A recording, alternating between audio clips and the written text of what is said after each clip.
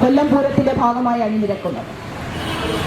എല്ലാ വിശ്വാസത്തിലും പെട്ട മനുഷ്യർ, വിവിധ ചിന്താധാരകളുള്ള മനുഷ്യർ എല്ലാവരും കൂടി ചേർന്ന് നാടിന്റെ ഒരു ആഘോഷമായിട്ടാണ് കൊല്ലം പൂരത്തെ സാധാരണഗതിയിൽ ഇവിടെ ആഘോഷിച്ചുകൊണ്ടിരിക്കുന്നത്.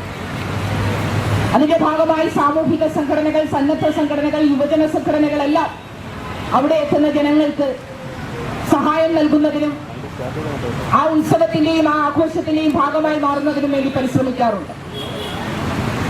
കൊല്ലം പൂരം എന്നത് ആ പേര് സൂചിപ്പിക്കുന്നത് പോലെ അഷ്ടമുടിക്കായലിന്റെയും അറബിക്കടലിന്റെയും താലോലമേറ്റ് കിടക്കുന്ന ഈ കൊല്ലം പട്ടണത്തിന്റെ ഒരു ഉത്സവമായാണ് ജനങ്ങളുടെ മനസ്സിനകത്ത് ഇടം പിടിച്ചിട്ടുള്ളത്. മതേതരത്വത്തിന്റെ മഹോത്സവമായി നാം ആഘോഷിക്കുന്ന ഒരു ഉത്സവത്തിന് നേരെ ബോധപൂർവമായി വർഗീയതയുടെ വിഷം തുളുമ്പുന്ന ഒരു വ്യക്തിയുടെ ചിത്രം ഉയർത്തി കാണിച്ചുകൊണ്ട് വർഗീയ കലാപങ്ങൾക്ക് ആഹ്വാനം നൽകുന്ന വിധത്തിലേക്ക് മാറ്റിക്കൊണ്ടുവരുവാനുള്ള ഒരു പരിശ്രമം നടന്നത് ദൗർഭാഗ്യകരമാണ്.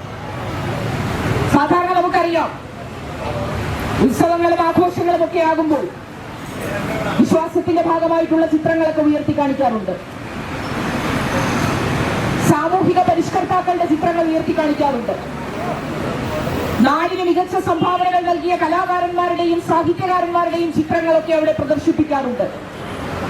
എന്നാൽ എത്ര ചിന്തിച്ചിട്ടും നമുക്ക് മനസ്സിലാവാത്തത് എന്തിന്റെ അടിസ്ഥാനത്തിലാണ് ഹെഡ്ഗേവാർ എന്ന് പറയുന്ന RSSന്റെ സ്ഥാപക നേതാവിന്റെ ചിത്രം കൊല്ലം പട്ടണത്തിലെ മഹോത്സവമായിട്ടുള്ള കൊല്ലം പൂരത്തിനകത്ത് ഉയർത്തി കാണിച്ചത്. ഇത് പെട്ടെന്നുണ്ടായ ഒരു സംഭവമല്ല, മറിച്ച് നമുക്കറിയാം, നമ്മുടെ നാട്ടിൽ കുറച്ചു നാളുകളായി ദേശീയ സ്വാതന്ത്ര്യ സമര പോരാട്ടത്തിന്റെ 4 അയലത്തുകൂടെ പോലും സഞ്ചരിച്ചിട്ടില്ലാത്തവരെ ഇന്ത്യൻ സ്വാതന്ത്ര്യ സമരത്തിന്റെ പോരാളികളാണ്, ഇന്ത്യൻ സ്വാതന്ത്ര്യ സമരത്തിന്റെ നായകന്മാരാണ് എന്ന് ചിത്രീകരിക്കാൻ വേണ്ടിയുള്ള വലിയ ശ്രമം നടത്തുന്നുണ്ട്. ചരിത്രത്തെ വളച്ചൊടിക്കാൻ വേണ്ടിയുള്ള പരിശ്രമം നടത്തുന്നുണ്ട്. ചരിത്രത്തിനകത്തേക്ക് ഇല്ലാത്ത കഥകൾ, കള്ളക്കഥകൾ തിരികെ കയറ്റി പിഞ്ചു കുഞ്ഞുങ്ങളുടെ പാഠപുസ്തകങ്ങൾക്കകത്ത് പോലും അത് ഉൾപ്പെടുത്താൻ വേണ്ടിയുള്ള പരിശ്രമം നടത്തുന്നുണ്ട്. ചരിത്ര കൗൺസിലിനകത്തുൾപ്പെടെ RSSന്റെ നേതാക്കന്മാരെ തിരികെ കയറ്റിക്കൊണ്ട് പുതിയ ചരിത്രം രചിക്കുവാൻ വേണ്ടിയുള്ള പരിശ്രമം നടത്തിയിട്ടുണ്ട്.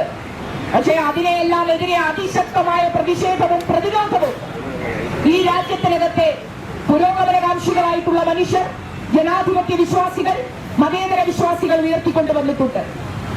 കേരളം പൊതുവെ ഇത്തരം വർഗീയവാദികൾക്ക് കടന്നു വരുവാൻ ഇടം കൊടുക്കാത്തൊരു മണ്ണാണ്. കാരണം കേരളത്തിന്റെ മനസ്സൊരു ഇടതുപക്ഷ മനസ്സാണ്, ഒരു പുരോഗമന മനസ്സാണ്, മതനിരപേക്ഷ മനസ്സാണ്.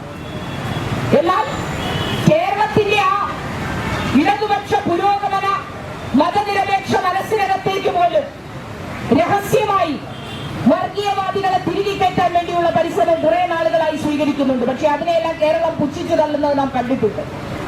RSSന്റെ നേതാക്കന്മാരെ ജനമനസ്സിലേക്ക് കുത്തിനിറയ്ക്കുന്നതിന് വേണ്ടി ബോധപൂർവമായ പരിശ്രമം ഇവിടെ ചിലർ സ്വീകരിച്ചുകൊണ്ടിരിക്കുന്നു. ബജരംഗിമാരെ ഈ നാട്ടിലേക്ക് കൊണ്ടുവരുന്ന മുന്നമാരായി പ്രവർത്തിക്കുന്നവർ ആരാണ് എന്ന് ഈ നാട്ടിലെ ജനങ്ങൾ തിരിച്ചറിയേണ്ട ഈ ഘട്ടത്തിൽ നാം എത്തി നിൽക്കുകയാണ്. നമുക്കറിയാം, ജനങ്ങൾ സ്വാതന്ത്ര്യ സമരത്തിന്റെ ചരിത്രം ആവേശത്തോടു കൂടി പഠിക്കുന്നതാണ്.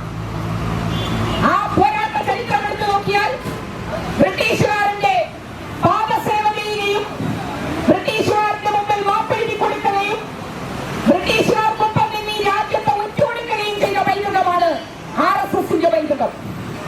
ആ പൈതൃകത്തിന് ഈ രാജ്യത്തിനകത്ത് യാതൊരു തരത്തിലുമുള്ള സ്വീകാര്യത പുതുതലമുറയുടെ മനസ്സിൽ ലഭിക്കുകയില്ല എന്ന് മനസ്സിലാകുമ്പോൾ ചരിത്രത്തെ ഒന്ന് വളച്ചൊടിക്കാമെന്ന് കരുതിക്കൊണ്ടുള്ള പരിശ്രമം നടത്തുന്നു.